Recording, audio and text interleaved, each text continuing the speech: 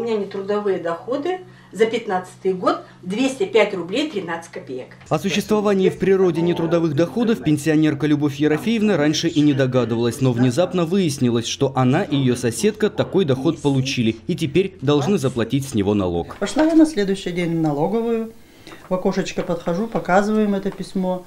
Ой, да мы ничего не знаем. Вы, наверное, что-то или продавали, или что-то, может, подарили кому-то. Пенсионерки провели собственное расследование. Выяснилось, что нетрудовой доход – это коробка конфет, полученная от районной администрации по случаю Дня пожилого человека еще в октябре прошлого года. Цена подарка – около 200 рублей. Ну а налог, соответственно, 27. Маленькая коробочка совсем, и там сколько там ассортимент. Там грамм 140, наверное. Вкусные?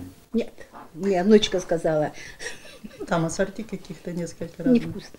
Настойчивые бабушки выяснили, что налог на конфеты должны заплатить около 700 красноярцев. Причем квитанции получили не только пенсионеры, но и школьники. Чиновники после волны возмущений посыпали головы пеплом, признали ошибку и пообещали деньги вернуть. На сегодняшний день ошибка исправлена, в отчет все изменения внесены.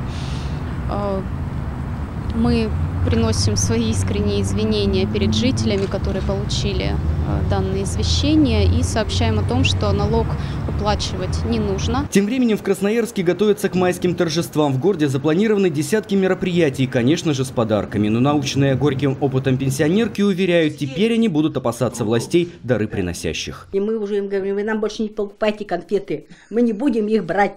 Они говорят: а больше не будут, кризис. Сергей Чудинов, Марина Мышко. Настоящее время. Красноярск.